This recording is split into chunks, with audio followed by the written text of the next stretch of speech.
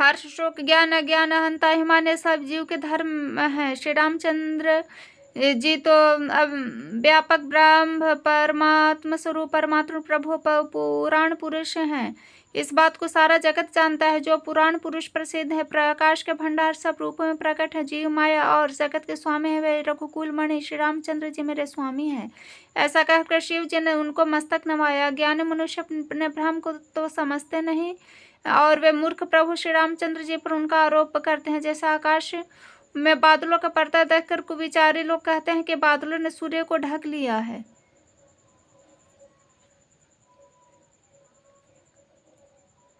जो मनुष्य आंखों में उंगली लगाकर देखता है उसके लिए दो चंद्रमा प्रकट प्रत्यक्ष है। पार्वती श्री रामचंद्र जी के विषय में इस प्रकार मोह की कल्पना करना वैसा ही है जैसे आकाश में अंधकार धुएं और धूल का सोह ना आकाश जैसे निर्मल निर्भय उनको कोई मलिन या स्पर्श नहीं कर सकता। उसी प्रकार श्री रामचंद्र जी नित्य निर्मल और निर्लेप हैं।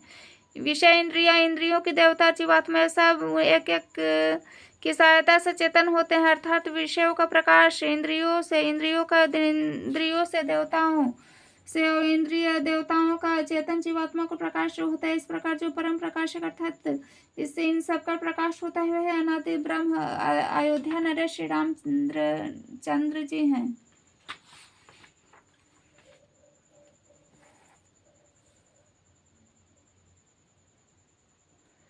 यह जगत प्रकाश्य है। श्री रामचंद्र जी इनके प्रकाशक है, माया के स्वामी और ज्ञान तथा गुणों के धाम है, जिनकी सत्ता समूह की सहायता पाकर जड़ माया भी सत्य सी भाषित होती है। जैसे सीप में चांदी की और सूर्य की किरणों में पानी की बिना भी प्रतीत होती है। यद्यपि यह प्रतीति तीनों लोक कालों में झूठ है, तो यद्यपि इस भ्रम को कोई हटा नहीं सकता। इसी तरह यह संसार भगवान के आश्रित रहता है, यद्यपि यह असत्य है तो भी दुख तो देता ही है। जिस तरह स्वप्न में कोई सिर काट ले तो बिना जागे वह दुख दूर नहीं होता है। पार्वती जिनकी कृपा से इस प्रकार भ्रम मिट गया वह कृपालु हैं। श्री रघुनाथ जी हैं, जिनका आदि और अंत किसी ने नहीं जान पाए। वेदों में अपनी बुद्धि से अनुमान करके इस प्रकार गाया है। वह ब्रह्म बिना ही पैर के चलता है, बिना ही कान के सुनता है, बिना ही हाथ के नाना प्रकार के काम करता है, बिना मुंह जीवा के सारे छाव रसों का आनंद लेता है और बिना ही वाणी के बहुत योग्य वक्ता है।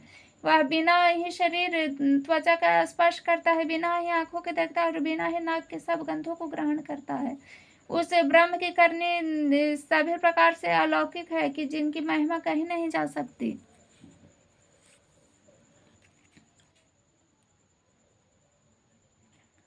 जिसका वेद और पंडित इस प्रकार वर्णन करते हैं, मुनि जिसका ध्यान करते हैं वही दशरथांतर भक्तों के हितकारी अयोध्या के स्वामी भगवान श्री रामचंद्र जी हैं। है पार्वती जिनके नाम से बल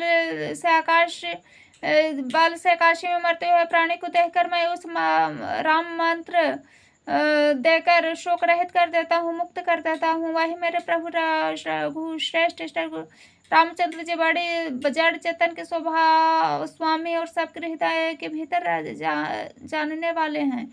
विवश होकर बिना इच्छा के भी जिसका नाम लेने से मनुष्यों के अनेक जन्मों में किए हुए पाप जल जाते हैं। फिर जब मनुष्य आदर पूर्वक स्मरण करते हैं वे तो संसार रूपी समुद्र को गाय के खूर से बने हुए गड्ढे के समान अर्थात बिना परिश्रम के पार कर जाते हैं।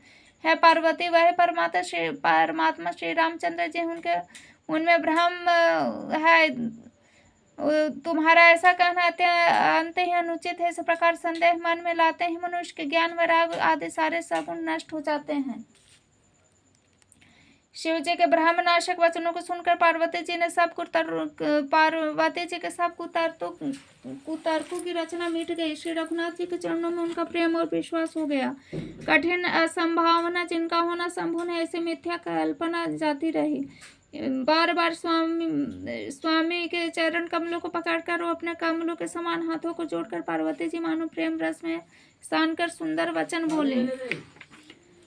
आपकी चंद्रमा किरणों के समान शीतल वाणी सुनकर मेरे अज्ञान रूपी शरद ऋतु की धूप का भारी ताप मिट गया है। कृपालु आपने मेरा सब संदेह हर लिया। अब श्री रामचंद्र जी का यथार्थ स्वरूप मेरे समझ में आ गया है। नाथ आपकी कृपा से अब मेरा विषाद जाता रहा। आपके चरणों के अनुग्रह से मैं सुखी हो गई। यद्यपि मैं स्त्री होने के कारण स्वभाव से ही मूर्ख हूँ, अज्ञानहीन हूँ, तो भी आप मुझे अपनी दासी जानकर, है प्रभु यदि आप मुझसे प्रसन्न हो तो बात मैंने पहले आपसे पूछी वही कही है। यह सत्य है कि श्री रामचंद्र जी का ब्रह्म चिंतमय ज्ञान स्वरूप है, अविनाशी, सबसे रहित और सबके हृदय रूपी नगर में निवास करने वाले हैं। फिर है नाथ, उन्होंने मनुष्य का शरीर किस कारण से धारण किया है? धर्म की ध्वजा धारण करने वाले प्रभु, यह मुझे समझा कर कहिए क्यों?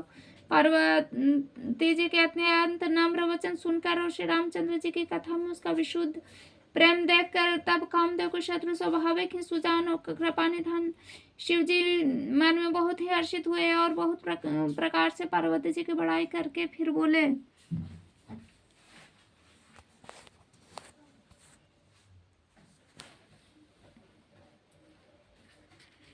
हे पार्वती, निर्मल रामचरितमानस की वह मंगलमय कथा सुन जिसे काकभूषुंडी जी ने विस्तार से कहा हुआ पक्षियों के राजा गरुड़ जी ने सुना था।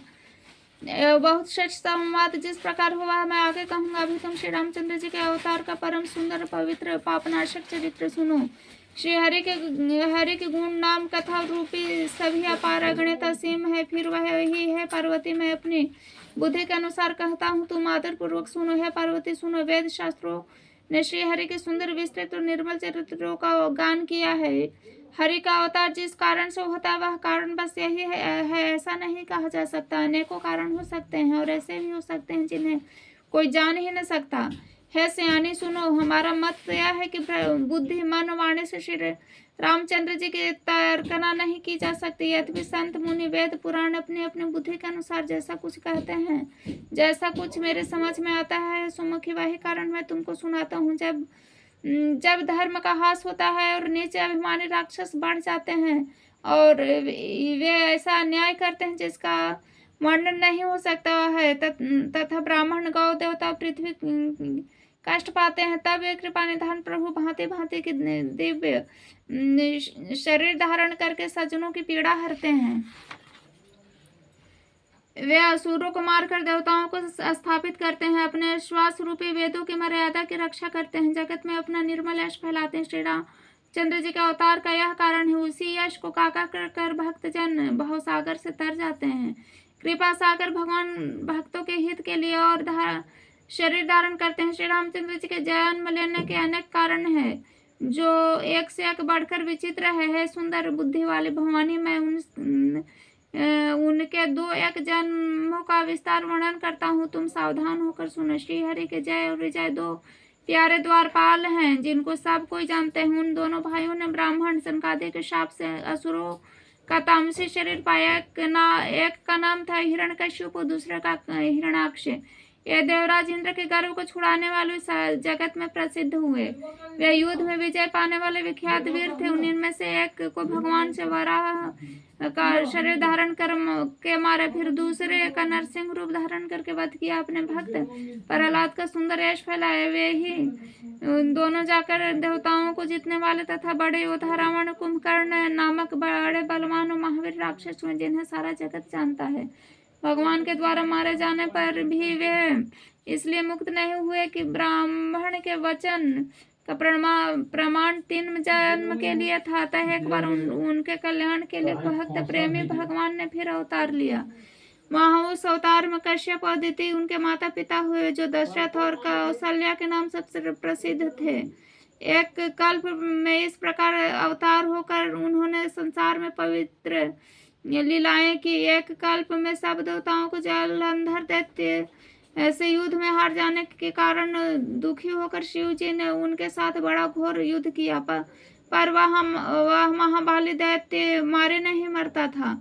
उस दैत्यराज की स्त्री परम सती बड़ी पतिव्रता थी। उसके प्रताप से त्रिपुरासुर जैसे अजय शत्रु का विनाश करने वाले शिव जी भी उस दैत्य को नहीं जीत सके। प्रभु ने छल से उस स्त्री का व्रत भंग करके देवताओं का काम किया। जब उस स्त्री ने अभेद जाना तब उसने क्रोध करके भगवान को शाप दिया। लीलाओं का भंडार कृपालु हरि ने उस स्त्री को शाप को प्रमाण किया, स्वीकार किया। वही जलंधर उस कल्प में रावण हुआ जिसे श्री रामचंद्र जी ने युद्ध में मारकर परम पद दिया। एक जन्म का कारण यह भी था जिसे श्री रामचंद्र जी ने मनुष्य धारण किया। भरद्वाज मुनि सुनो, प्रभु के प्रत्येक अवतार की कथा का कवियों ने नाना प्रकार से वर्णन किया है।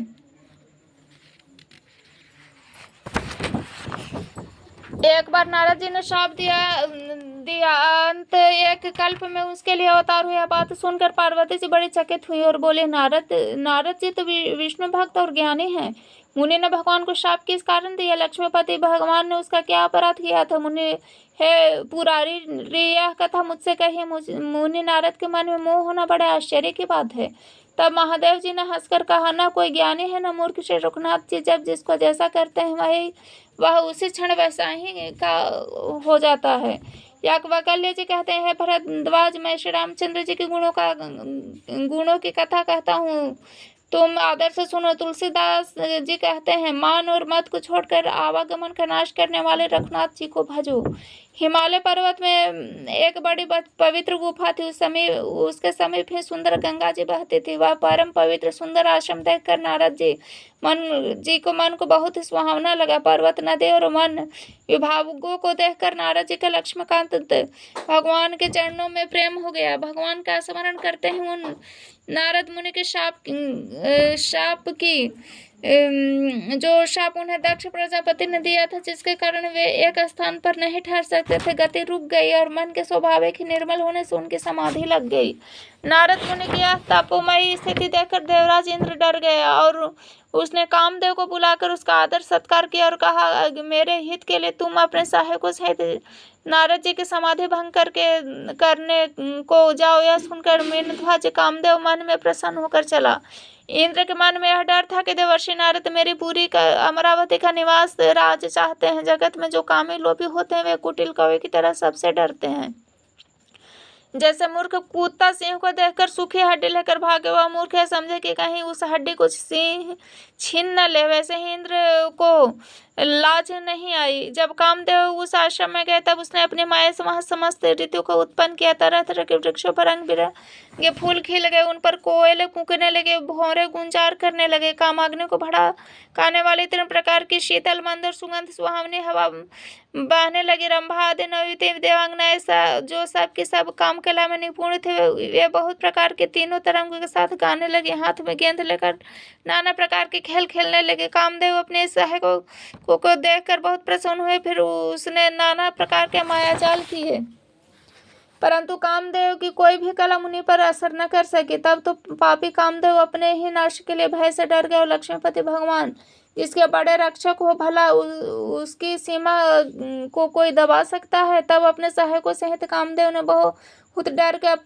और अपने मन में हार मानकर बहुत ही आर्त दिन वचन कहते हुए मुनि के चरणों में जा पड़ा। नारद जी के मन में कुछ भी क्रोध न आया। उन्होंने प्रिय वचन कहकर कामदेव का समाधान किया। तब मुनि के चरणों में सिर नवाकर उनके आगे पाकर कामदेव अपने सहायकों सहित लौट गया। देवराज इंद्र की सभा में जाकर उन्होंने मुनि की सुशीलता और अपनी करतूत सब कही, जिसे सुनकर सबके मन में आश्चर्य हुआ। उन्होंने मुनि की बड़ाई करके श्रीहरि को सिर नवाए। तब नारद जी शिव जी के पास गए। उनके मन में इस बात का अहंकार हो गया कि हमने कामदेव को जीत लिया। उन्होंने कामदेव के चरित्र शिव जी को सुनाया। महादेव जी उन नारद जी को अत्यंत प्रिय जानकर इस प्रकार शिक्षा दी, हे मुनि, मैंने तुमसे बार बार विनती करता हूँ कि जिस तरह यह कथा तुमने मुझे सुनाई है उस तरह भगवान श्रीहरि को कभी मत सुनाना। चर्चा भी चले तो इस बात को छिपा जाना। यद्यपि शिव जी ने हित की शिक्षा दी पर नारद जी को वह अच्छी न लगी। है भरद्वाज, अब कौतिक सुनो, हरि की इच्छा बड़ी बलवान है।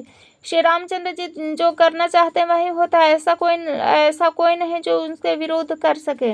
श्री शिव जी के वचन नारद जी के मन को अच्छे नहीं लगे। तब वे वहां से ब्रह्मलोक को चल दिए। एक बार गान विद्या में निपुण मुनिनाथ नारद जी हाथ में सुंदर वीणा लिए हरिगुण गाते हुए क्षीर सागर को गए, जहाँ वेदों के मस्तक स्वरूप लक्ष्मी निवास भगवान नारायण रहते हैं। रमा निवास भगवान उठकर बड़े आनंद सुनकर मिले और ऋषि के साथ आसन पर बैठ गए। चराचर के स्वामी भगवान हंसकर बोले, हैं मुनि, आप आज आपने बहुत दिनों पर दया की। यद्यपि शिव जी ने उन्हें पहले से ही बरज रखा था, तो भी नारद जी ने कामदेव को सारा चरित्र भगवान को कह सुनाए। श्री रघुनाथ जी की माया बड़े ही प्रबल है। जगत में ऐसा कौन जन्मा है जिसे वह मोहित न कर सके। भगवान रूखा मुंह करके कोमल वचन बोले, है मुनिराज, आज आपका स्मरण करने से दूसरे के मोह, काम, मद और अभिमान मिट जाते हैं। फिर आपके लिए तो कहना ही क्या है। हे मुनि सुनिए, मोह तो उसके मन में होता है जिसके हृदय में ज्ञान वैराग नहीं। आप तो ब्रह्मचर्य व्रत में तत्पर और बड़े धीर बुद्धि हैं, भला कहीं आप को भी कामदेव सता सकता है?